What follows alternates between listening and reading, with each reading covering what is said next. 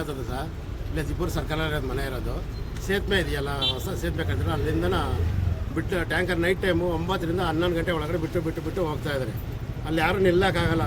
ಮೀನು ಬಾವಿಲಿ ಎಲ್ಲ ಪ್ರತಿಯೊಂದು ಸಾಯ್ತಾ ಇದೆ. ಹುಲ್ಲು ಎಲ್ಲ ಸತ್ತೋಗ್ತದೆ, ಕಾಡು ಕೆಳಗಲ್ಲಿದೆ. ಬಂದು ಚೆಕ್ ಮಾಡಿ ಒಂದು ಸರ್. ನಾವು ಹೇಳಿದ್ರೆ ನೀವು ಸುಳ್ಳು ಅನ್ಕೋತೀರ. ಬಂದು ನೋಡಿ ನೀವು. ನಾವು ಅದನ್ನು ಬಜೆಗೆ ಎಲ್ಲ ಬಳಸ್ತಾ ಇದ್ದೀವಿ. ನೀರು ಇಳಿಯೋಕ್ಕಾಗ್ತಾಯಿಲ್ಲ. ಮೊನ್ನೆ ಬೋರಿನ ನೀರು ಹಾಕ್ಕೊಂಡು ಬೇರೆ ಬಿಟ್ಟಿದ್ದೀವಿ ನಾವು.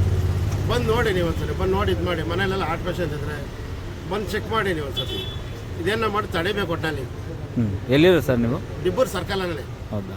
ಎಷ್ಟು ದಿವಸದಿಂದ ನಡೀತಾ ಇದೆ ಸರ್? ಸುಮಾರು ಅಲ್ಲೇ ವರ್ಷ 2-3 ತಿಂಗಳಿಂದ ಬರ್ತಾ ಇತ್ತು. ಒಂದ್ಸರಿ ಗಲಾಟೆ ಮಾಡಿ ನಾವೇ ಕಳಿಸಿದ್ದು. ಮತ್ತೆ ಈಗ ಒಂದು 15 ದಿವಸದ ಜಾಸ್ತಿ ಆಗಿದೆ. ಸಂಜೆ ಟೈಮ್ ಬರ್ತಾರೆ, ಇಲ್ಲ ಅಂದ್ರೆ ನೈಟ್ ಟೈಮ್ ಬರ್ತಾರೆ. 11 ಗಂಟೆ 12 ಗಂಟೆ. ಇವಾಗ ಏನಾಯ್ತು ಸರ್? ಇವಾಗ ಏನು ಘಟನೆ ಆಯ್ತು ಇಲ್ಲಿ? ಏನು ಘಟನೆ ಆಯಿತು ಅಂತಂದರೆ ಫಸ್ಟ್ ಸ್ಟಾರ್ಟಿಂಗಲ್ಲಿ ಯಾವುದೋ ಗಾಡಿ ಬಂದು ನಿಂತ್ಕೊಂತಂತೆ. ಅದೇ ಇದರಲ್ಲಿ ಓಟ್ ಬಂದರು ನಮ್ಮ ಹುಡುಗರು ಹಿಡ್ಕೊಳ್ಳೋಕ್ಕೆ ಅಂತ. ಅವನು ಹೊಟ್ಟಾಗಿದ್ರೆ ಮುಂದೆ ಗಾಡಿ, ಇನ್ನೊಂದು ಗಾಡಿ ಅದೇ ಟೈಪ್ ಗಾಡಿ ಬಂದಿದೆ, ನಿಲ್ಸ್ಕೊಂಡಿದ್ದಾರೆ. ಆ ಗಾಡಿ ತೊಗೊಂಬಂದು ಚೆಕ್ ಮಾಡೋಣ ಅಂದರೆ ಗಾಡಿ ಕಳಿಸ್ತಾ ಇಲ್ಲ ಇವರು. ಇಲ್ಲಿ ಗಾಡಿ ಲಾಕ್ ಮಾಡ್ಕೊಂಡು ನಿಲ್ಸ್ಕೊಂಡಿದ್ದಾರೆ ನಮ್ಮ ಹುಡುಗರೆಲ್ಲ. ತಮ್ಮ ಹೆಸರು? ಮಂಜುನಾಥ್ ಅಂತ ಸರ್. ಓಕೆ. ಹೆಸರು ಲೋಕೇಶ್ ಅಂತ. ನಾವು ದಿಬ್ಬೂರೇನೆ, ಜೋರಾಗಿ ಮಾತು. ದಿಬ್ಬೂರೇನೆ ನಮ್ಮದು. ಸಂಜೆ ಆದರೆ ಫುಲ್ಲು ಸ್ಮೆಲ್ ಬರುತ್ತೆ.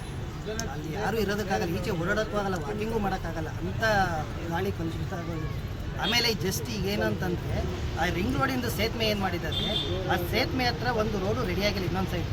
ಆ ಸೈಡಿಗೆ ಹೋಗ್ಬಿಟ್ಟು ಏನು ಮಾಡ್ತಾ ಇದ್ದಾರೆ ಅಂದರೆ ಎಲ್ಲನ ತಿರುಗಿಬಿಟ್ಟು ಬಿಡ್ತಾರೆ. ಎಷ್ಟೊತ್ತಿಗೆ ಬಿಡ್ತಾರೆ ಅಂತ ಗೊತ್ತಿಲ್ಲ. ಅಲ್ಲಿ ಪ್ರೆಸೆಂಟ್ ಯಾರೇ ಬಂದು ಅಧಿಕಾರಿಗಳು ನಿಂತ್ಕೊಂಡು ನಿಲ್ಲೋದಕ್ಕೆ ಆಗೋದಿಲ್ಲ, ಅಂಥ ಸ್ಮೆಲ್ಲು. ಆಮೇಲೆ ಇಡೀ ಗ್ರಾಮನೇ ಆವರಿಸ್ಕೊಂಡ್ಬಿಟ್ಟಿದೆ ಅದು ಸ್ಮೆಲ್. ಆ ಥರ ಆಗಿದೆ. 100 ಜನ ವಾಕ್ ಮಾಡ್ತಾರೆ ಅಲ್ಲಿ. ಈಗ ಯಾರು ವಾಕ್ ಮಾಡಕ್ಕೆ ಹೋಗ್ತಿಲ್ಲ, ಆ ಥರ ಆಗೋಗಿದೆ ಪರಿಸ್ಥಿತಿ ಅದು. ಹಂಗಾಗಿ ಇದನ್ನ ಯಾವುದೇ ಕಾರಣಕ್ಕೂ ಬಿಡಬಾರ್ದು. ಇದನ್ನು ಜನಗಳ ಆರೋಗ್ಯದ ಮೇಲೆ ಪರಿಣಾಮ ಬೀರ್ತಾ ಇದೆ. ಎಷ್ಟು ದಿವಸದಿಂದ ನಡೀತಾ ಇರ್ಬೋದು? ಹೆಚ್ಚು ಕಮ್ಮಿ ಒಂದು 2 ಮಂತ್ಸ್. 2 ಮಂತ್ಸಿಂದ ನಡೀತಾ ಇದೆ. 2 ಮಂತ್ಸ್. ಏನು ಮಾಡ್ತಾ ಇದ್ದಾರೆ ಸರ್? ಏನು ನಡೀತಾ ಇದೆ ಅಲ್ಲಿ? ಏನು ನಡೀತಿದೆ? ಯಾರು ರಾಜಕಾಲುವೆ ಅದು. ರಾಜಕಾಲುವೆಯಿಂದ ನೀರು ಮಾಮೂಲಿ ಹರಿತಾ ಇರುತ್ತಲ್ಲ, ವೇಸ್ಟೇಜ್ ನೀರು ಹರಿತಾ ಇರುತ್ತೆ, ಅದರೊಳಗೆ ತಂದ್ಬಿಟ್ಟು ಬಿಡೋದು. ಯಾರು ಜನ ಅದನ್ನ ಏನು ಮಾಡ್ತಾರೆ, ಆ ನೀರನ್ನ ಜನ ಕೃಷಿಗೆ ಉಪಯೋಗಿಸ್ತಾ ಇದ್ದಾರೆ. ವೇಸ್ಟೇಜ್ ನೀರು ಅಂತಾನೆ. ಅಲ್ಲಿ ನೋಡಿದ್ರೆ ಅದು ವೇಸ್ಟೇಜ್ ನೀರಲ್ಲ, ಅದು ಕೆಮಿಕಲ್ ನೀರು. ಆ ಥರ ಆಗಿದೆ ಸರ್. ಏನು ಆರೋಗ್ಯ ಸಮಸ್ಯೆ ಆಗಿದೆ ಅಲ್ಲಿ? ಹೇಳೋದಕ್ಕಾಗಲ್ಲ. ಜನಗಳ ಮೇಲಂತೂ ಗ್ಯಾರಂಟಿ ಪರಿಣಾಮ ಬೀರುತ್ತೆ ಸರ್. ತುಮಕೂರು ಮಹಾನಗರ ಪಾಲಿಕೆ ಕಮಿಷನರ್ಗೆ ಏನು ಹೇಳಕ್ಕೆ ಇಷ್ಟ?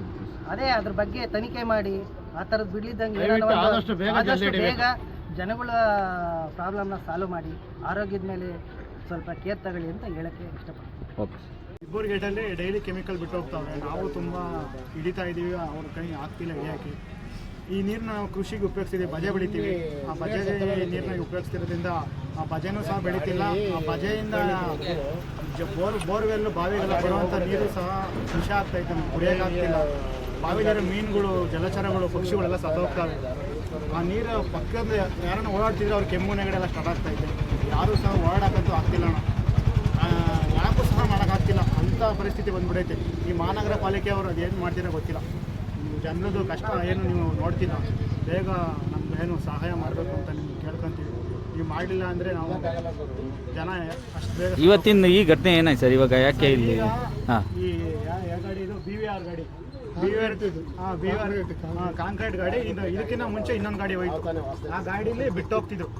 ತಿರ್ಗಾ ಆ ಗಾಡಿ ಬಿಟ್ಟು ಹೋಗ್ತಿದ್ದಕ್ಕೆ ಹಿಂದಗಡೆ ಆ ಗಾಡಿ ಸಿಗಲಿಲ್ಲ, ಕ್ಯಾಚ್ ಮಾಡ್ದು. ತಿರ್ಗಾ ಈ ಗಾಡಿ ಸಿಕ್ತು. ಈ ಗಾಡಿ ಸಿಕ್ಕಿದ್ದಕ್ಕೆ ಇವರು ಇಲ್ಲ ಸಿಮೆಂಟ್ ಗಾಡಿ ಇದೆ ಅಂತೇಳಿ ಚೆಕ್ ಮಾಡೋದು. ನಾವು ಹೇಳ್ತಿರೋದು ಏನಪ್ಪ ಅಂದರೆ, ಆ ಗಾಡಿ ಕರೆಸ್ಲಿ ಇವರು. ಕರೆಸ್ಬಿಟ್ಟು ಆ ಗಾಡಿ ನಮಗೆ ಕ್ಲಾರಿಟಿ ಬೇಕು, ನಮ್ಗೆ ಬಿಟ್ಟಿಲ್ಲ ಅಂತ ಹೇಳ್ತಿರ್ತಾನೆ. ಆ ಗಾಡಿ ಕರೆಸ್ಬಿಟ್ಟು ಈ ಗಾಡಿ ತಗೊಂಡವ್ರು ಅಷ್ಟೇ ಸರ್. ಓಕೆ.